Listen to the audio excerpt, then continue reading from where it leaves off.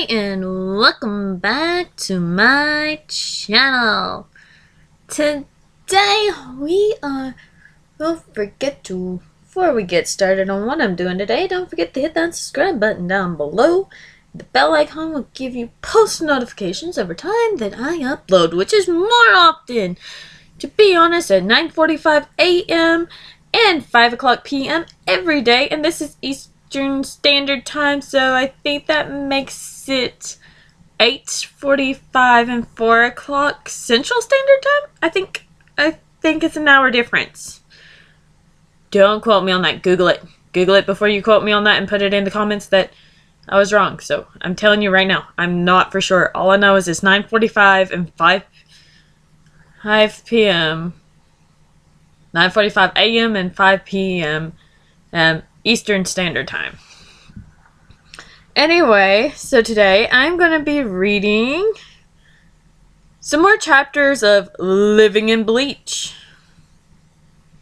So we made it chapter 11 last time. We read 10 last time because, damn, this is good. Anyway, let's get started. I walked down the streets, lightly coated with snow and filled with a small amount of peepo. Gah! I can't read this morning, apparently. I've lost all sense of English. People, not peepo. People. Orihime was right, I think, as I realized I don't even remember the name of my family members or if I had any. Then again, I'm sure my death is recorded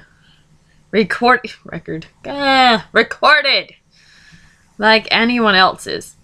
What exactly were you thinking? I stop when I hear the familiar voice. Ichigo, they sent you, didn't they? So, are you gonna kill me? I ask, preparing myself for whatever he tries to throw at me. I was sent to find out your objective, he replies while putting his sword away. If you continue to act like this, they'll try to kill you, he warns. I'm not surprised. At least tell me where you're going. He follows me down the silent, dark street. Anywhere they'll give me a clue. He sighs and decides it wouldn't hurt to help. Well, all the deaths are recorded in the town hall. He looks around for a second and then turns back towards me. I'll help you, but promise me you'll come back to the shop. I promise. We both smile at each other and turn around while you notice. Why is his smile so perfect? Okay, this will be quick. I dash towards the first letter in the last name section of the tall brown shelf with everyone's information. I'll look on this side, you check down there. Jigo pulls out a file and scans over it. This'll take some hours. I start searching over the files with my eyes and stop when the gorgeous name, Kaya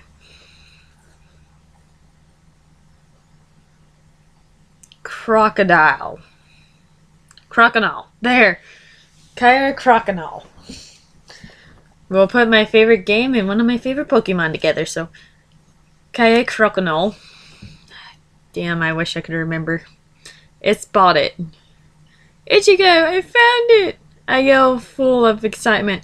I'm finally going to find the hidden key that unlocks everything unknown to me. What does it say? He runs to my side immediately when he hears the news. Info. Name. Kaya. Crocodile. Birthday. Screw it, I'll give it my birthday, September 15th. Whether you know or not, that is my birthday. Biological parents, royalty, Kurokano. And Yasu Higurashi. Social security number, all zeros, because in anime nobody cares. Death. Unknown.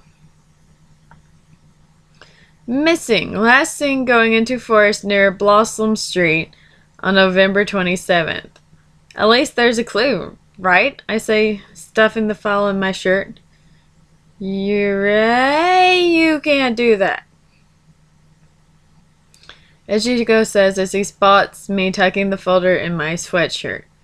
Lower your voice, I have to show the others. We quickly leave town hall and head back to the shop. To be continued. Guess what? We're gonna read some more. Why? Because I want to. And yes, I'm wearing my Uncle Size shirt. And just like it says, that's a fact, Jack.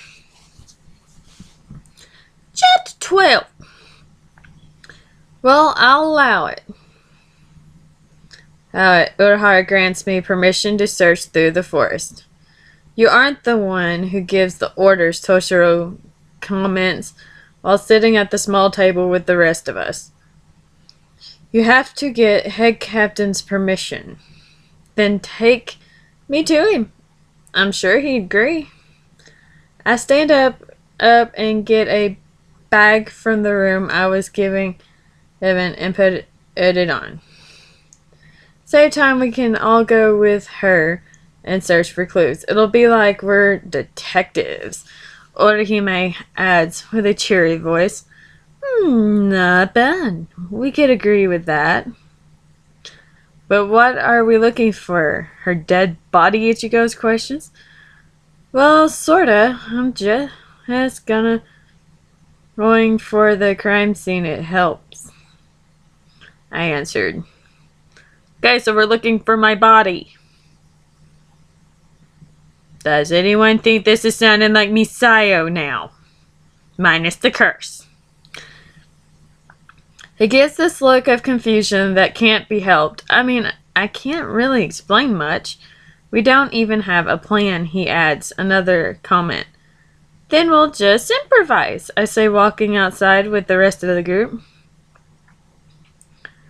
Whatever made me go to a place like this? The forest was beyond creepy. The trees were stripped of their leaves and left with skinny and large branches. The ground is covered in brown, dried leaves and small twigs along with small insects. This place is depressing, Ichigo states while looking around the dark, gloomy setting. Some say this is a haunted forest, Urahara says. Really?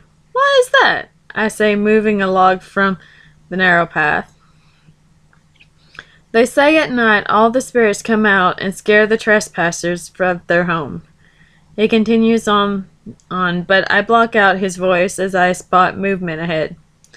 From where I'm standing, it looks like a man. He has midnight blue hair and foggy white eyes. His skin was like a creamy mocha expression. It was weird. Oh, could it be Grimjaw? Yay! Is it Grimjaw? I rush past the others and go after the man. Wait a minute, I yell to the mysterious man dressed in black. Please tell me this is Grimjaw. He's one of my favorites. Well, one of my top 3 favorites is Spada.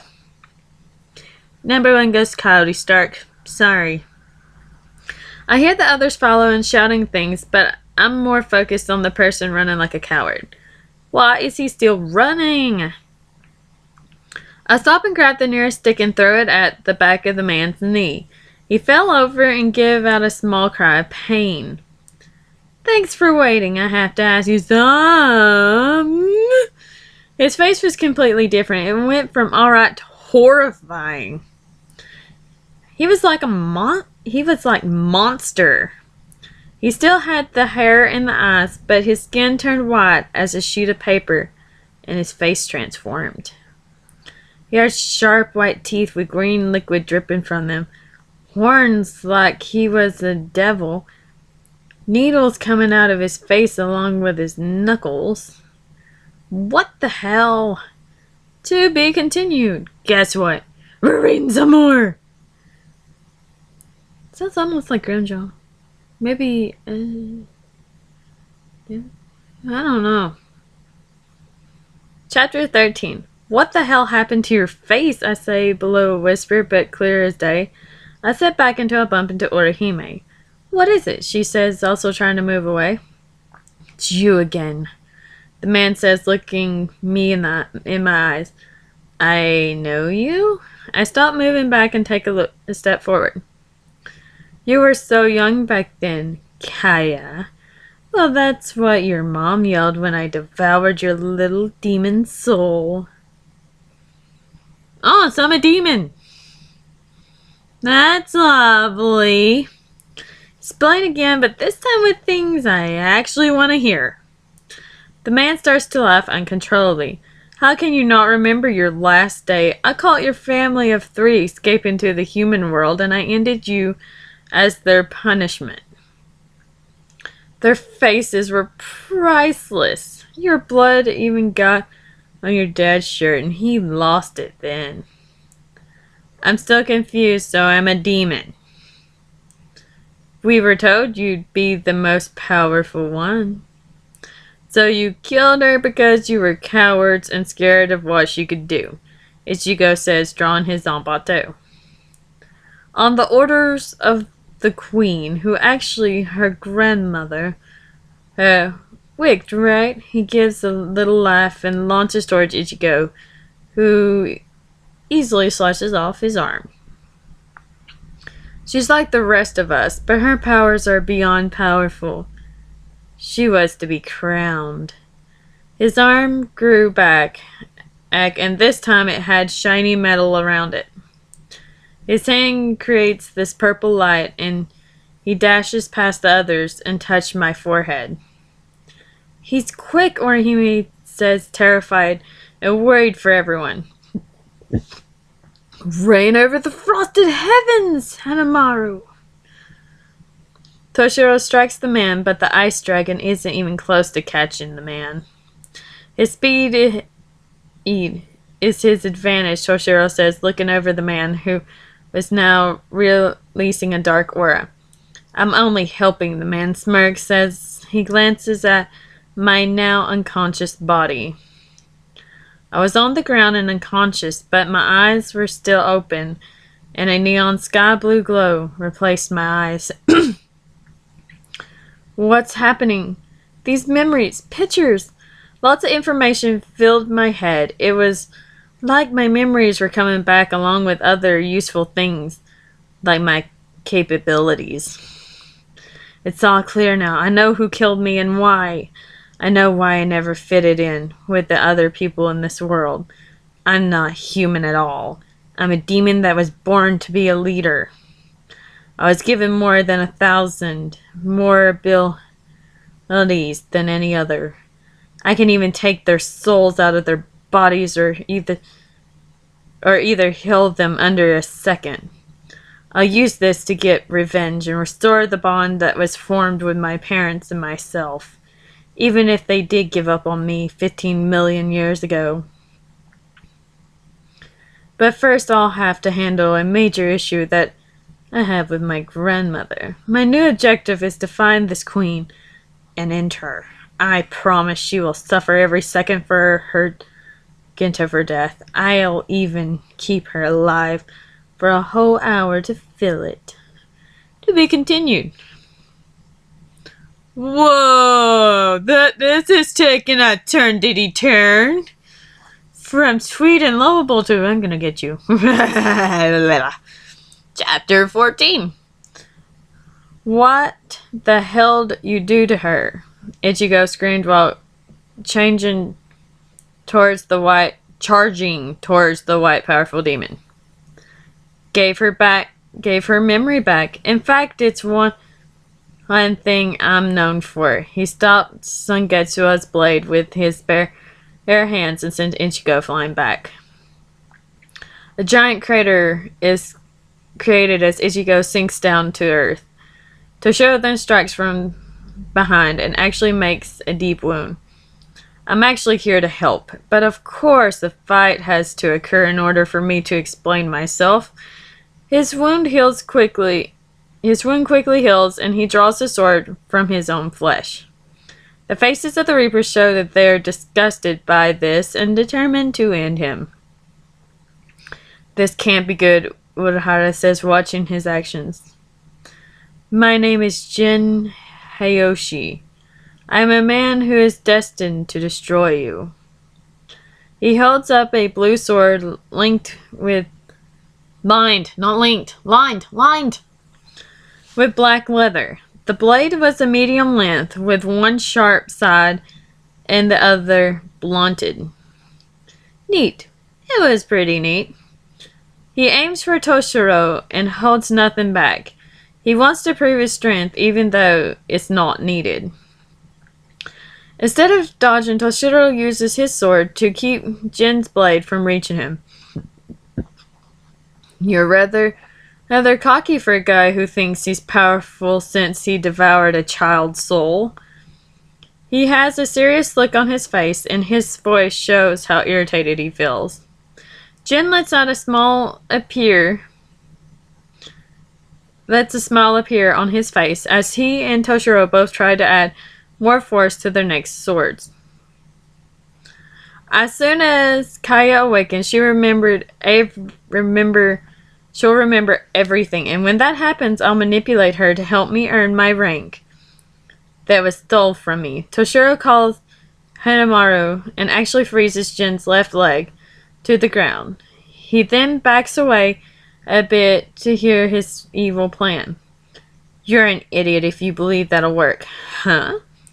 Jin sees Ichigo climbing from the crater, and his shirt has small rips and dirt on then from the impact with the rocks and ground. Kaya can be stubborn and be naive sometimes, but she's not that stupid to let the man who killed her come in her life and be his pawn, and I won't let that happen either. Ichigo then draws his sword and prepares to go into battle with Jin.